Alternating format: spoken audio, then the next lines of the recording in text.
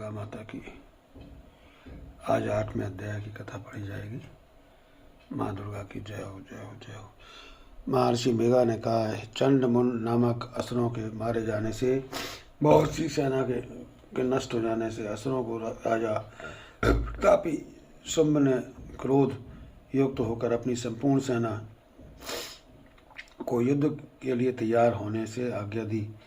उसने कहा, अब उदययोध नामक 86 असुर सेनापति अपनी सेना के साथ युद्ध के लिए जाएं और कंबु नामक 84 सेनापति भी युद्ध के लिए जाएं और कोटि वीर नामक 50 सेनापति भी धौम्रकुल नाम के 100 सेनापति प्रस्थान करेंगे। कालक, दौहर, मौर और काल के ये दैत्य भी मेरी आज्ञा से सजकर युद्ध के लिए कूच करें। भयानक शासन करने वाले असुरों के स्वामी शुंभ इस प्रकार आज्ञा देकर बहुत बड़ी सेना के साथ युद्ध के लिए चला। उसकी सेना को अपनी ओर आता देखकर चंडिका ने अपनी धनुष की टंकार से पृथ्वी और आकाश के बीच का भाग गुंजा दिया। हे राजन, इसके पश्चात देवी के सिंह ने धारना आरंभ किया और अंबिका के घंटे के शब्दों ने उस ध्वनि को भी बढ़ा दिया। धनुष की टंकार, देश की दहाड़, शेर की दहाड़ और घंटे के शब्द से पृथ्वी और आकाश के बीच का भाग गूंज उठा और उसके साथ ही देवी ने अपने मुख को भी भयानक कर दिया। ऐसे भयंकर शब्द को सुनकर राक्षसी सेना ने देवी तथा सिंह के चारों ओर से घेर लिया। देवी तथा सिंह को चारों ओर से घेर लिया। हे राजन, उस समय दैत्यों के नाश के लिए, देवताओं के हित के लिए ब्रह्मा, शिव और कार्तिकेय, विष्णु तथा इंद्र आदि देवों की शक्तियां जो अत्यंत पराक्रम और बल से संपन्न थी, उनके शरीर से निकल उसी रूप में चंडिका देवी के पास गईं। जिस देवता का जैसा रूप था, जैसे आभूषण थे, जैसा वाहन था, वैसा ही रूप, आभूषण और वाहन लेकर उस देवी की शक्तियों दैत्यों से युद्ध करने। देवता का जैसा रूप था, जैसे आभूषण थे, जैसा वाहन था, वैसा ही रूप, आभूषण और वाहन लेकर उन देवताओं की शक्तियां मैदानों के से युद्ध करने के लिए आईं। हंस युक्त विमान में बैठकर रुद्राक्ष की माला और कमंडल धारण करके ब्रह्मा जी की शक्ति आई और वृषभ पर सवार होकर, हाथ में त्रिशूल लेकर, महानाग का कंकण पहनकर, चंद्र रेखा से भूषित होकर भगवान शंकर की शक्ति महेश्वरी आई और मोर पर आरूढ़ होकर हाथ में शक्ति लिए दैत्यों के युद्ध करने के लिए कार्तिकेय जी की शक्ति उसी के रूप में धारण करके आई। भगवान विष्णु की शक्ति गरुड़ पर सवार होकर शंख, चक्र, खड्ग, गदा, धनुष तथा खड्ग हाथ में लिए हुए आई। श्री हरि की शक्ति बारह के शक्ति धारण करके आई और नरसिंह के समान शरीर धारण करके उसकी शक्ति नरसिंही भी आई। उनकी गर्दन के झटकों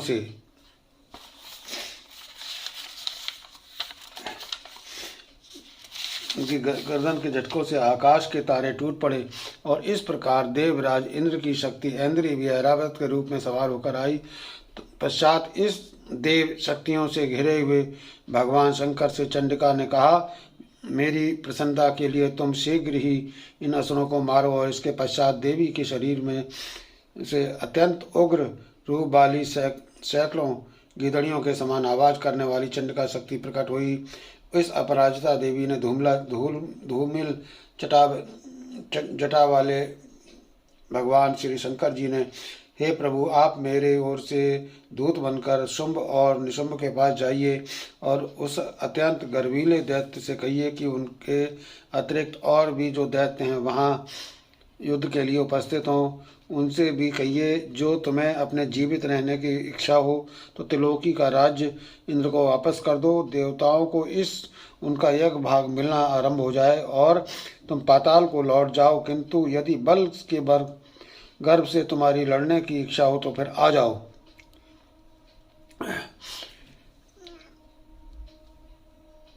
इच्छा हो तो बल तो तुम फिर आ जाओ। तुम्हारे मांस से मेरी योगिनियां तृप्त होंगी। किंतु उस देवी ने भगवान शंकर को दूत के कार्य में नियुक्त किया था, इसलिए वह संसार में शिवदूती के नाम से विख्यात हुई। भगवान शंकर से देवी का संदेश पाकर उन दैत्यों के क्रोध का कोई आर पार न रहा और वो जिस स्थान पर देवी विराजमान थी वहां पहुंचे जाने पे के साथ ही उस पर बाणों और शक्तियों की वर्षा करने लगे। देवी ने उनके फेंके हुए बाणों, शक्तियों और त्रिशूल फरसों को अपने बाणों से काट डाला और काली देवी उस देवी के साथ आगे खड़ी होकर शत्रुओं को त्रिशूल से विदीर्ण करने लगी और खटवाग से कुचलने लगी। ब्राह्मणी जिस तरफ दौड़ती थी उसी तरफ अपने कमंडल का जल छिड़क कर दैत्यों के वीर बल को नष्ट कर देती थी। इसी प्रकार माहेश्वरी त्रिशूल से, वैष्णवी चक्र से और अत्यंत कोप वाली कौमारी शक्ति द्वारा असुरों को मार रही थी। और इंद्री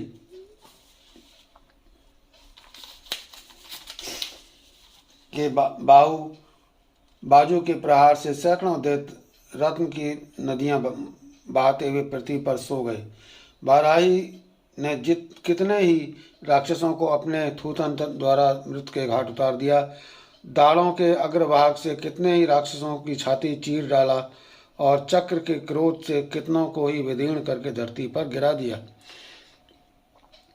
बड़े बड़े राक्षसों को नरसिंगी और अपने नखों से विदीर्ण करके भक्षण कर रही थी और सिंहनाद से चारों दिशाओं को गूंजती हुई रणभूमि में विचर रही थी। शिवदूती के प्रचंड अट्ठास से कितने ही दैत्य भयभीत होकर पृथ्वी पर गिर पड़े और उनके गिरते ही वो उनको भक्षण कर गई। इस तरह क्रोध में भरे हुए मातगणों द्वारा नाना प्रकार के उपायों से बड़े बड़े असुरों को मारते हुए देखकर राक्षसी सेना भाग खड़ी हुई और उनको इस प्रकार भागता देखकर रक्तबीज नामक महापराक्रमी राक्षस क्रोध में भरकर युद्ध के लिए आगे बढ़ा। उसके शरीर से रक्त की बूंदें पृथ्वी पर जैसे ही गिरती थीं, तुरंत वैसे ही शरीर वाला तथा वैसा ही बलवान दैत्य पृथ्वी से उत्पन्न हो जाता था। रक्तबीज गदा हाथ में लेकर ऐन्द्री के साथ युद्ध करने लगा। जब ऐन्द्री शक्ति ने अपने वज्र से उसको मारा तो घायल होने के कारण उसके शरीर से बहुत सा रक्त बहने लगा। उसकी प्रत्येक बूंद से उसके समान ही बलवान महापराक्रमी अनेकों दैत्य भयंकर रूप से प्रकट हो गए। वो सब के सब दैत्य रक्त बीज के समान ही बलवान तेज वाले थे। वो भी भयंकर अस्त्र शस्त्र लेकर देवियों के साथ लड़ने लगे। जब ऐन्द्री के वज्र प्रहार से उसके मस्तक पर चोट लगी और रक्त बहने लगा तो उसमें से हजारों की ही पुरुष उत्पन्न हुए और वैष्णवी ने के चक्र से और ऐन्द्री ने गदा से रक्त बीज की चोट पहुंचाई और वैष्णवी के चक्र से घायल होने पर उसके शरीर से जो रक्त बहा उससे हजारों महासुर उत्पन्न हुए, जिसके द्वारा वो संपूर्ण जगत व्याप्त हो गया। कुमारी की शक्ति से वाराही ने खड्ग से और महेश्वरी ने त्रिशूल से उनको घायल किया। इस प्रकार क्रोध में भरकर उस महादेव ने सब मात्र शक्तियों पर पृथक पृथक गदा से प्रहार किया और माताओं से शक्ति तथा शूल इत्यादि से उनको जो बार बार घायल किया, उससे सैकड़ों महादैत्य उत्पन्न हुए और इस प्रकार उस रक्त बीज के रुधिर से उत्पन्न हुए असुरों से संपूर्ण जगत व्याप्त हो गया, जिससे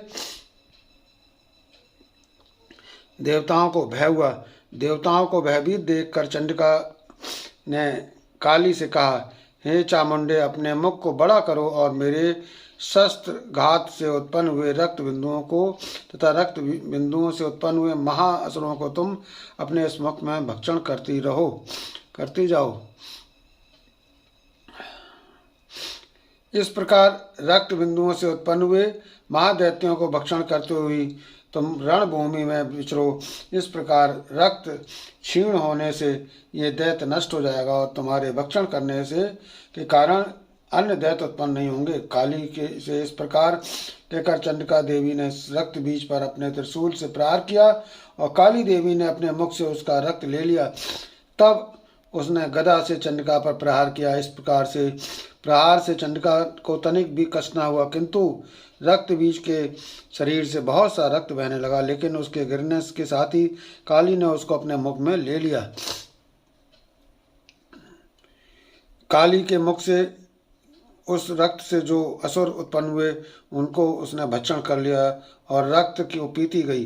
तदंतर देवी ने रक्त बीज को, जिसका कि रक्त काली ने पिया था, चंडिका ने उस दैत्य को वज्र, बाण, खड्ग तथा सृष्टि इत्यादि से रौंद डाला। और हे राजन,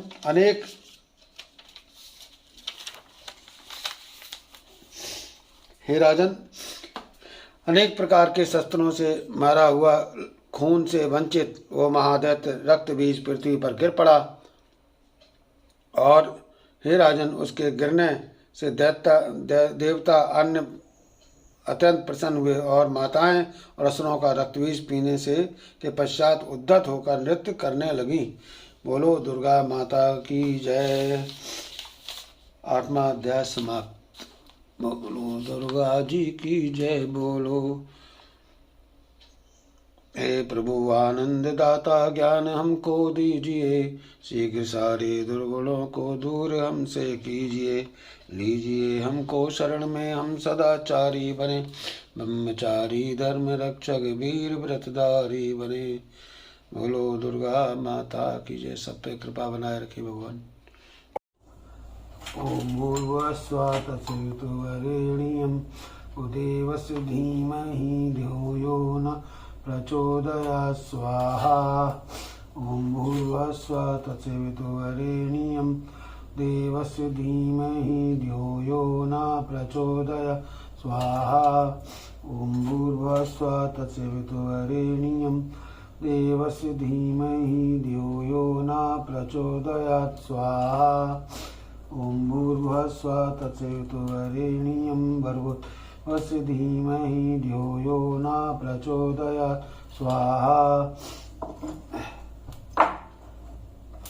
ओम भूर्भुवस्सुः तत्सवितुर्वरेण्यं भर्गोदेवस्य धीमहि धियो यो न प्रचोदयात् स्वाहा।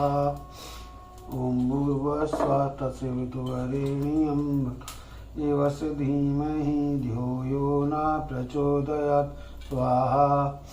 ओम भूर्भुवस्सुः तत्सवितुर्वरेण्यं भर्गोदेवस्य धीमहि धियो यो न प्रचोदयात् स्वाहा। ओम भूर्भुवस्सुः तत्सवितुर्वरेण्यं भर्गोदेवस्य धीमहि धियो यो न प्रचोदयात् स्वाहा।